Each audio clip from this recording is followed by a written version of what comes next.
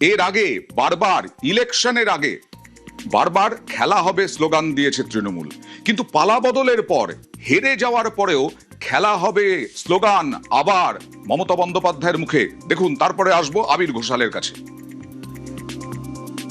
BJP করছে indoor, আমরা করছি আউটডোর। যতক্ষণ আপনাদের না হারাবো, আমি কণ্ঠরোধ করে দিলেও আমি ব্যাক আউট করব না, আপনাদের ব্ল্যাক আউট করব।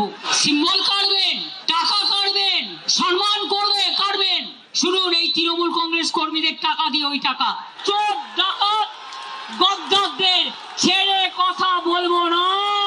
খেলা হবে ব্যাট বলের খেলা। এবার আমি সুপ্রিম কোর্ট পর্যন্ত দেখব। আর আমি ফাউন্ডার প্রেসিডেন্ট, আমাদের সিম্বল কাটতে পারে না আইনত, গাইড জোড়া করছে। মানুষ যেটা গ্রহণ করে হৃদয় থেকে, সেটাই দলের প্রতীক হয়। পালা বদলের পরেও আবির খেলা হবে স্লোগান তুললেন। এটা কি রাজনৈতিক বাধ্যবাধকতা নাকি কর্মীদের চাঙ্গা করার জন্য? আমার এই প্রশ্ন থাকলো, আসলে কর্মীদের চাঙ্গা করবেন কিভাবে? তাদের অনেক নেতাই তো চলে গেছেন, তার অনেক নেতা কর্মীরাই তো চলে গেছেন, কাউন্সিলর থেকে আরম্ভ করে সবাই।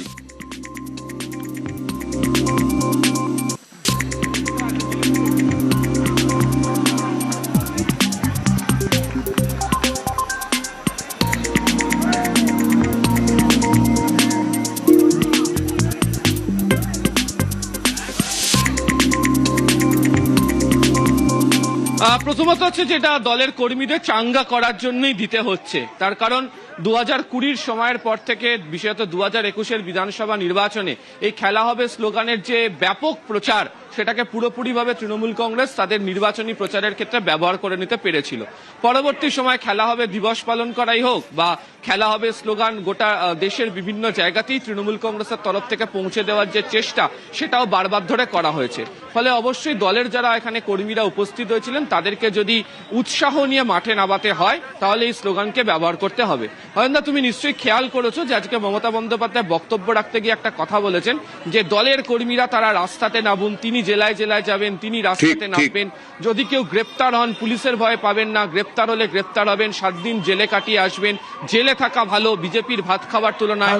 এই প্রসঙ্গের কথা তিনি বারবার ধরে উল্লেখ করেছেন এবং বলেছেন যে জেলে যাওয়া নাকি এখন স্বাধীনতা সংগ্রামীর মতো একটা ঘটনা হবে এবং কর্মীরা তাদেরকে মালা পরিয়ে বরণ করে নিয়ে আসবে। অর্থাৎ কোথাও গিয়ে তৃণমূলও বুঝতে পেরেছে যে দলের কর্মীদের মধ্যে এটা দ্বিধাদ্বন্দ্ব কাজ করছে যে তারা কার জন্য রাস্তাতে নামবেন, কোন নেতার জন্য রাস্তাতে নামবেন, কোন দলের হয়ে তারা প্রচারে নামবেন বা রাস্তাতে নেবে আন্দোলন করবেন বা তাদের কর্মসূচি নিয়ে নামবেন। কারণ তারা নিজেরাই বুঝে উঠতে পারছেন না এই যে তৃণমূলের অন্দরের মধ্যে যে বিভাজন তৈরি হয়ে রয়েছে, তাদের মধ্যে যে সমস্যা তৈরি হয়ে রয়েছে, তার যে গোলযোগ তৈরি হয়েছে, সেটার ক্ষেত্রে তাদের দায় কোথায় বা তারা এই পরিস্থিতিতে কি করবেন। ফলে খেলা হবে মতো স্লোগানকে কার্যত ব্যবহার করা, যারা এখানে এসেছিলেন তাদেরকে চার্জ আপ করার জন্য, তাদেরকে উৎসাহিত করার জন্যই বলে আমার মনে হয়েছে। একদম। আর এখান থেকে যারা চলে গেছেন তার হাত ছেড়ে, সাংসদ হোক বিধায়ক হোক, তারা বলছেন বারবার অভিষেক বন্দ্যোপাধ্যায়ের বিরুদ্ধে, বারবার অভিষেক বন্দ্যোপাধ্যায়ের জন্যই তারা দল ছাড়ছেন, অভিষেক বন্দ্যোপাধ্যায়কে চাঁচাছোলা আক্রমণ করছেন তারা। কিন্তু আজ এই 21শে জুলাইয়ের মঞ্চে মমতা বন্দ্যোপাধ্যায় অভিষেকের পাশে। অভিষেকের কোনো সিকিউরিটি নেই। অভিষেকের বিরুদ্ধে কত কেস হয়েছে? 400 কেস। ওরা তো ভয় পাচ্ছে না, কারণ ওরা জানে এটা অসম্মান করবার, এটা ভয় দেখানোর। কোনো কেসে এভিডেন্স দিতে পারবে না। প্রথমে বলছে থানায় এসো, তারপরে বলছে একজনকে দিয়ে এফআইআর করে নাও। এতদিন তারা সাধু ছিলেন, যদি তোমার কমপ্লেন থাকে এতদিন কেন এফআইআর করনি? হঠাৎ আজকে রাতের অন্ধকারে তোমাকে এফআইআর করাতে হচ্ছে পুলিশ। অভিষেকের পাশে এখনো মমতা বন্দ্যোপাধ্যায়। আবির, এই বারবার এই প্রশ্নটা উঠছে যে এতজন একেবারে ঘনিষ্ঠ যারা যারা প্রথম থেকে তৃণমূলে আছেন, মমতা বন্দ্যোপাধ্যায়ের সঙ্গে আন্দোলন করেছেন, রাস্তায় নেমেছেন, তৃণমূল দলের প্রথম দিকে বাম আমলে পর্যন্ত মঞ্চটা বেঁধেছেন যারা, তারা চলে গেছেন এই অভিষেক বন্দ্যোপাধ্যায়ের জন্য। সেই অভিষেকের পাশে এখনো মমতা বন্দ্যোপাধ্যায় দাঁড়িয়ে, এটাই প্রশ্ন সাধারণ মানুষের।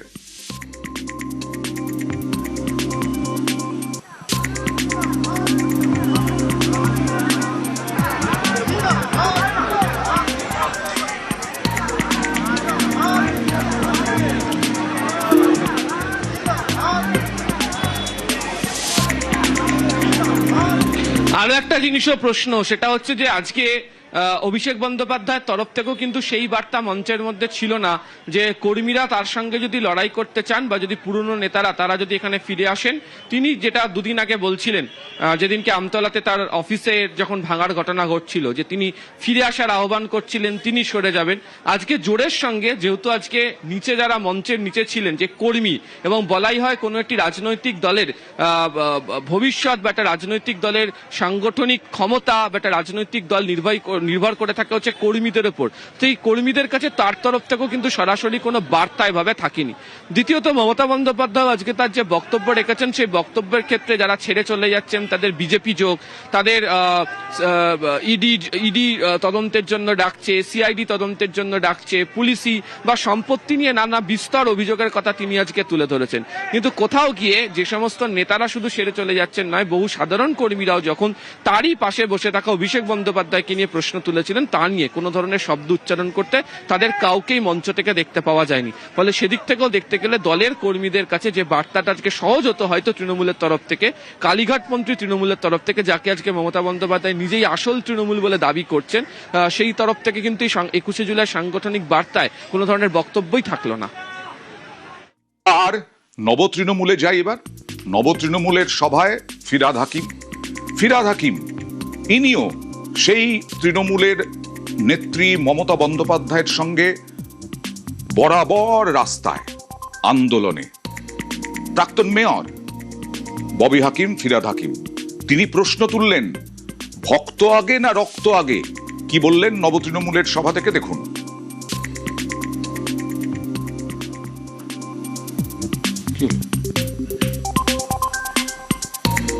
আমরা দেখাবো এই ফিরহাদ হাকিমের বক্তব্য, দেখাবো।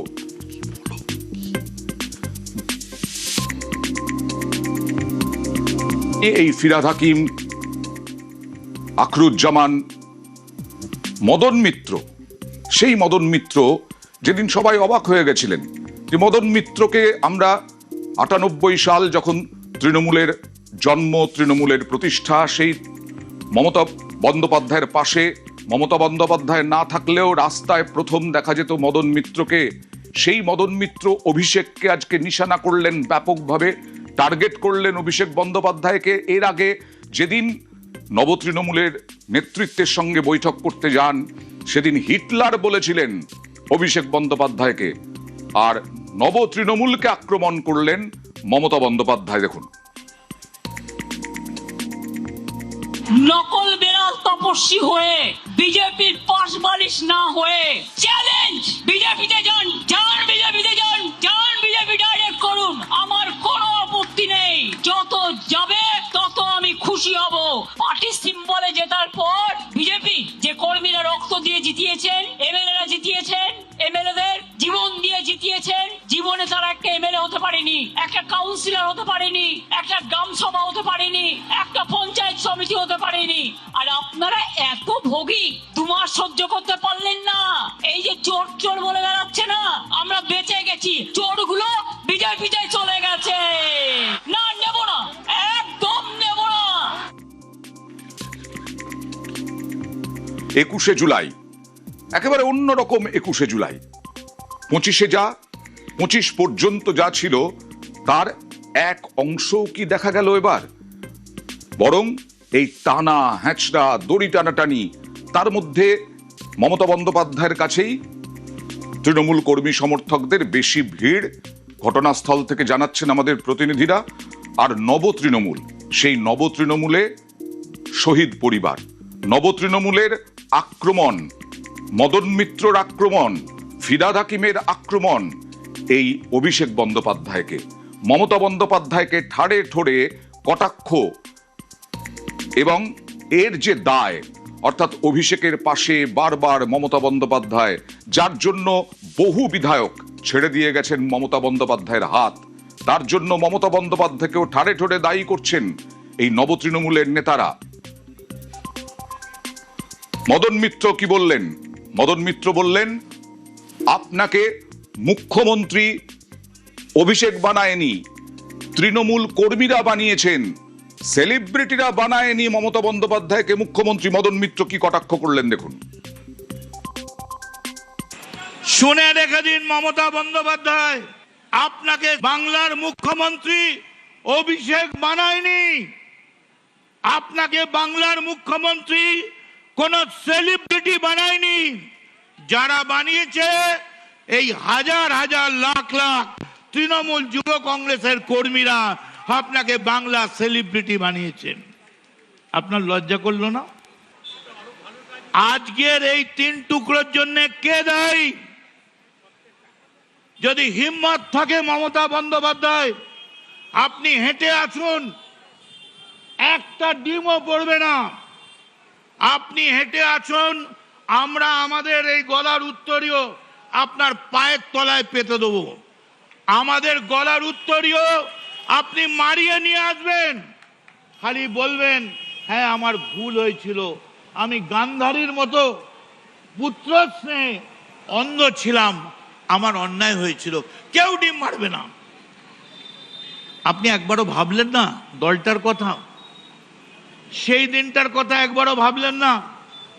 খোলাখুলি শুনে রেখে দিন, আমি অন্য কাউকে নয়, মমতা বন্দ্যোপাধ্যায়কে বলছি।